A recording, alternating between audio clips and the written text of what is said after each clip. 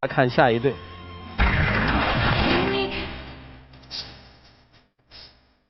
我们交往1年多了，我比他大几岁，从一开始就没想过他会喜欢我，直到现在我也觉得这件事情不真实。我知道我跟他的年龄有一定的差距，但是我觉得这不是问题，因为我是真的喜欢他。跟他在一起压力真的很大，我们的家人朋友都不看好我们，我不知道我是不是能够相信他。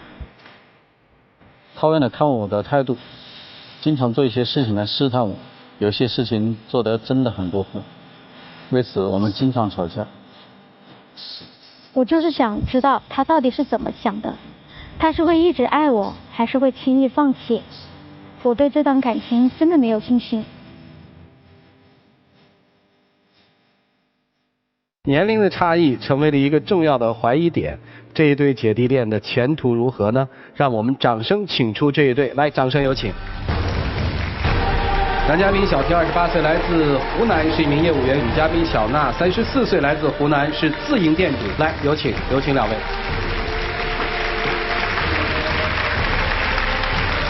欢迎两位啊！愿意把箱子里的秘密在这儿公开吗？愿意。我愿意。请把箱子放下，谢谢啊。一个28，一个34，怎么认识的两位？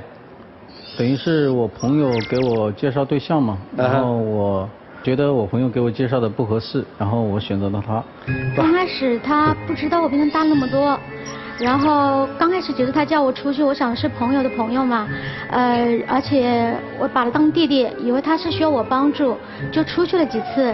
然后突然之间有一天他跟我说他喜欢的是我，我当时就懵了，我觉得这太不可思议了，然后就拒绝了他。等等啊，等于是，我给他介绍女朋友，你是陪着我给介绍的那个对象去的。对。结果你看上了他。对。没看上那个姑娘。对。是这意思吧？是。啊，所以相亲啊，只能自己去，可别让什么闺蜜好友陪着，陪着呢就跑了。哈哈，然后呢？然后他就经常送些什么小惊喜、鲜花，然后星期六、星期天带我出去玩。我周围的朋友，包括同事都挺羡慕我的，说虽然他比我小，但对我挺上心的。然后慢慢我就对他产生了依赖，然后就同意了他这交往的请求。那个时候你知道他比你大吗？刚开始的时候不知道，过了一段时间我才知道。过了多久？大概几个月吧。知道之后，你们俩的情感发生了变化吗？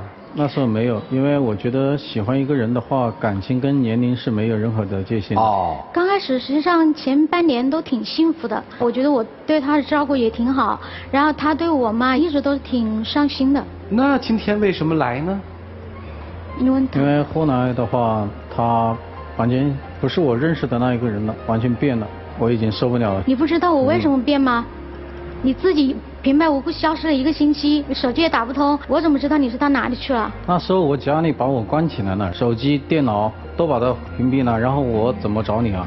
我怎么知道你到底是被家里关，让我不要再缠着他儿子了？就是说这件事儿是你们俩情感的一个转折点，是吗？是。那后来发生了什么呢？后来他却越变越不像我以前认识的那一个人了。他变成什么样了？他直接叫她闺蜜来试探我。试探不也试探出来东西了吗？你叫你闺蜜试探她，怎么个试探法？她消失了1个星期，虽然回到我身边了，但是我就觉得她是不是因为那个相亲对象她没看上，所以才回来的。然后我就让我闺蜜，作为陌生的那个微信微友嘛，加她，然后就跟她聊天。谁知道一试，她就不停的跟我闺蜜倾诉，说什么女朋友给了她压力啊，感情有多么不顺啊，家人多么不顺啊，我就觉得她是在给别的女孩打感情牌。后来我闺蜜就约她见面嘛，她就真的出来了。出来只是说因为我闺蜜是我朋友，肯定不会出来嘛，就是我去的。你去了啊？你看到她的时候，你得吓坏了吧？我那时候我心里面就想，她给我下一个套一样的嘛，然后让我跳进去，所有的压力也确实是她给我的，我只是找了一个人倾诉，我把她的闺蜜当一个朋友一样的，所以才见面。是微信上面另外一个女孩又长得漂亮，叫你出去，那我知道你只是找她倾诉吗？搞不好你就可以告诉她，哎，我正好现在是最脆弱的时候，可能她就可以趁虚而入啊，你不就是这个样子的吗？那还不分手？我要是你，我看到他来了我就走了，因为试探出结果了嘛。之后他还跟我说了，他说他确实是因为压力太大，他只是找人倾诉，而且就这一次嘛，我就还是给了他一次机会。但是这一件事之后，我觉得更加不靠谱了，所以我就又开始不停的自己怀疑这段感情，越来越没有自信。他后来越来越的过了，我奶奶80大寿，然后他不去也就算了，他还直接打个电话给我说他出车祸了，让我跑到医院里面去找他。结果我急急忙忙跑到医院，他却打一个电话来说，我是试探你一下。我那时候我都不知道怎么跟家里面人说。不是，你是试探什么呀，姑娘？不是，他之前他家人对我就说，他妈对我挺过分嘛。然后我就想着你现在是喜欢我，可能就是可以为我跟家里面做下斗争。但是要是万一以后你不喜欢我了，家人随便说一句你还是选择别的吧，我就想他是不是会放弃我啊？所以我就试探一下。你来演习了一下，你奶奶和我掉在水里，你先救谁是吧？答案是他先救了你是吧？你个不孝的子孙呐！他完全没有注重任何的时间就开始试探我，因为刚开始我教你，你肯定可以。刚开席的时候，宾客全在场嘛，我跟家里面人我也不好怎么说，我就直接说了，然后家里面也挺担心的嘛，就叫我急急忙忙的赶过去，结果一过去就是那个样子。他最后更加过分的是，他说他怀孕，我就立马跟家里面人说了，家里人说啥时候双方一起吃个饭。然后合计办今后的事，没想到我家里人正在那边准备，他这边的时候就直接告诉我，那个怀孕是假的，我只是想试探你一下。我有一个闺蜜嘛，她跟她男朋友谈了3、4年了，感情挺好，然后2个人年龄闺蜜还比她小2岁，就突然之间怀孕了，然后男朋友竟然说你把她打掉吧，这件事对我的冲击力很大，我就想着我比她大了那么多，要是我也出现这件事，她会不会也因为孩子不负责任？这样子你不觉得很过吗？我已经无法理解他到底在做什么了，我都不知道该怎么去相信他。以前我觉得找一个成熟一点的，他懂得照顾，懂得体贴。我比你大，难道我一定要有大女人气质吗？我找你不也是为了让你保护我吗？我也不知道怎么去言语了。我问问姑娘啊，你试探的结果，觉得这男人怎么样啊？我觉得起码这件事情上面他愿意负责，所以就是说，实际上还让我挺感动的。实际上这个事情我不知道他马上会跟他爸爸妈妈说，我想着只是试探一下他嘛。过后我知道他是就说欣然接受，然后也想打算跟我结婚，所以我就马上告诉他是假的。你还是个诚实的人。对，你告诉了我是假的，那我应该怎么去帮你圆这个谎？我现在我不知道怎么去圆这个谎。你可以说验孕棒是出问题了嘛？一次一次的验孕棒出问题，以后不还是可以怀吗？你想跑了是吧？还是说他要变回以前那个他，你还愿意跟他在一起？怎么说？我现在已经受不了了。你觉得你过分吗，姑娘？有点过了吧。那你还想留他吗？反正就说我自己对待这段感情也还是不自信，我知道这么试探不好，我尽量的改吧。世界上有一种人特可怕，我错了，我真的错了，但是我真的改不了，到底应该怎么办呢？听听老师们的意见，一起进入丘比特问卷。小伙子，微信上一个陌生的女人叫你出去，你就出去了，请问和一个陌生的女人去倾诉你的压力，你认为正常吗？我觉得，因为怎么说？你心中当时真的有没有一点花花肠子？没有，没有。真的没有？没有。你呢，高手？你自编自导自演了这么多荒诞剧，谁教你的？有是电视里面看到的，有的就是跟闺蜜一起商量的。我现在一听到他们的故事，就想到了悲剧的重演。我记得是在22年前，我曾经报道过一条新闻，一个妻子，她怀疑丈夫的忠心，她就让自己最要好的小姐妹去勾引试探自己的丈夫，结果那个小姐妹真的把她丈夫勾引到了床上。她后来知道以后追悔莫及，泼硫酸毁了那一个闺蜜。你看你也是一试探，结果把矛盾搞大了。所以你的这个做法很不明智，很不理性，也很不聪明。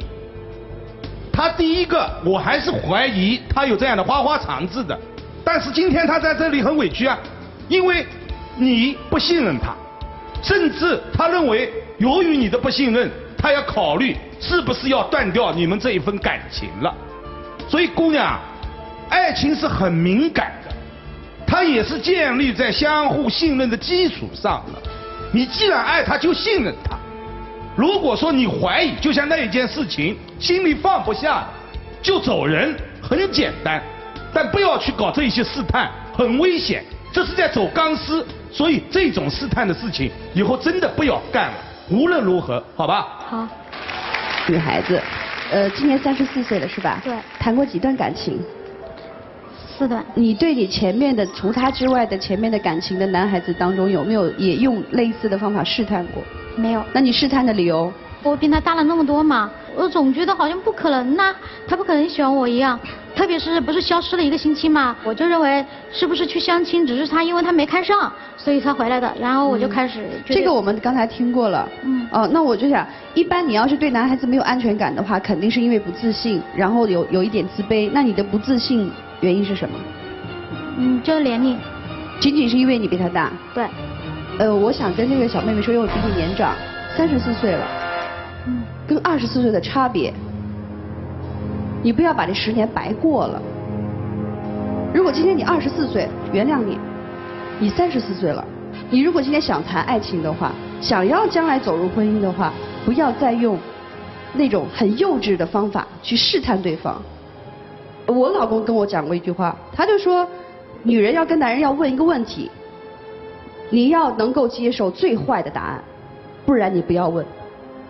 这个话我也告诉我身边的朋友，就是有可能，当然不是说什么都不能问，有可能是好的结果，但是有可能是最坏的结果。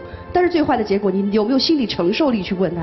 如果没有，要么就睁一只眼闭一只眼，要不然就把自己打醒，我离开他。不要这样子浑浑沌沌的过，没有意义的。好，谢谢王老师。女孩，我看资料上有写，你以前是其实很活泼的，应该不是你现在这个样子。是。什么时候开始变了？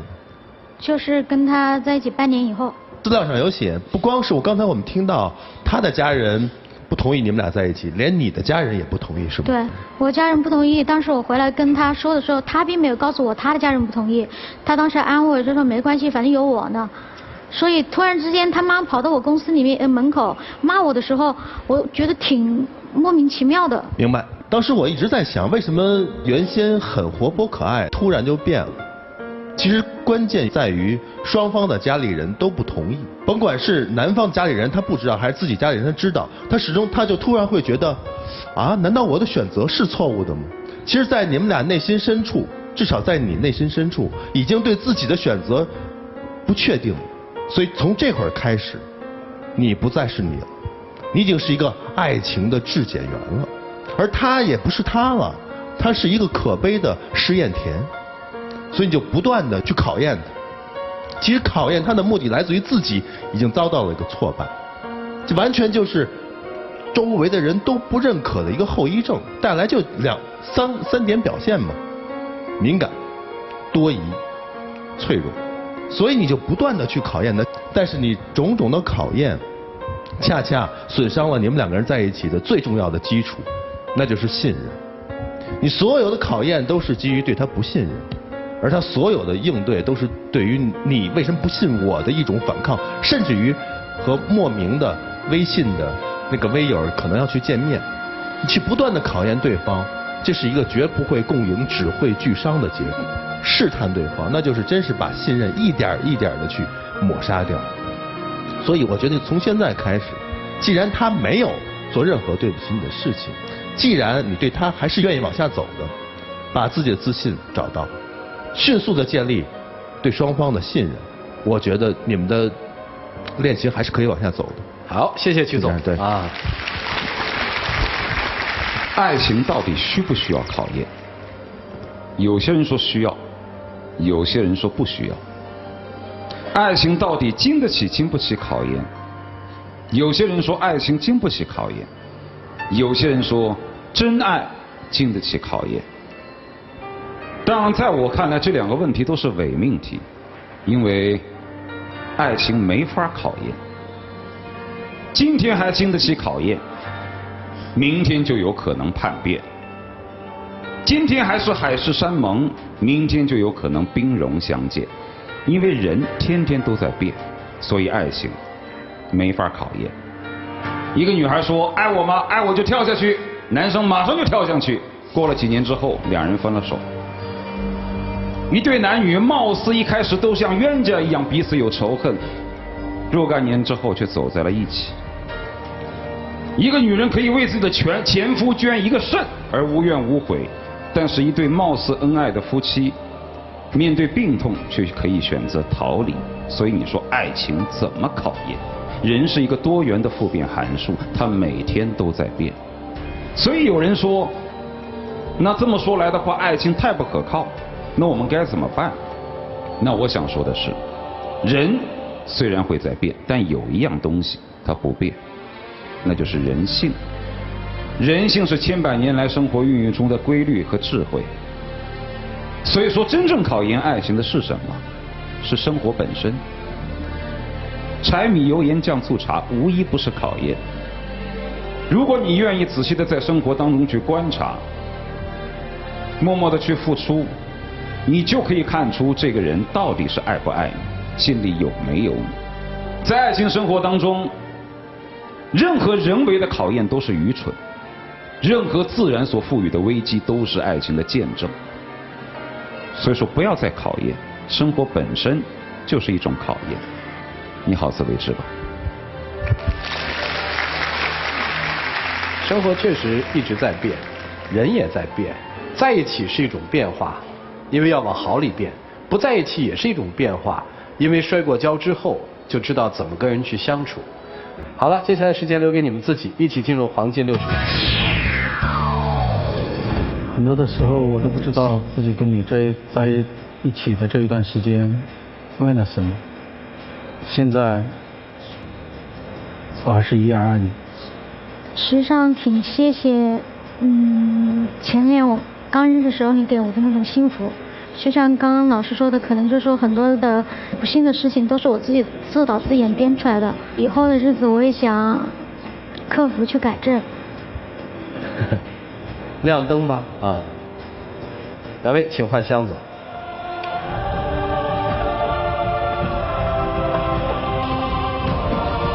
谢谢你们啊，请回，请回。请关门，请关门。来，各位请拿起手里的表决器。看好这一对吗？看好选择赞成，不看好选择反对。来，请选择。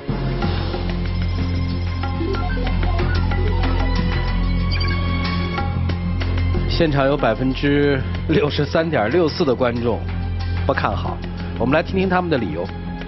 我是赞成吧，矛盾无处不在，相爱不易，且爱且珍惜吧。闹过矛盾吗？闹过。被试探过吗？好像还没有吧。跟她的闺蜜倾诉过吗？没有。她跟你自己的哥们儿聊过吗？也没有吧。你问问吧，也许有，我帮你问啊。来，有过吗？没有。那你是看好还是不看好啊？我也选择赞成。为什么呢？因为我觉得那个男生还是挺喜欢女生的。然后女生心里也很有男生。他们是相爱的。你心里很有他吧？有。你们是相爱的吧？是。试探一回了。没有必要。你看，就这么个问题，他们在全场占少数的情况下，他们俩都是一致的，说明俩磨合的非常好啊。好，接下来我们来看看这对年轻人自己的选择。5、4、3、2、1，请开门。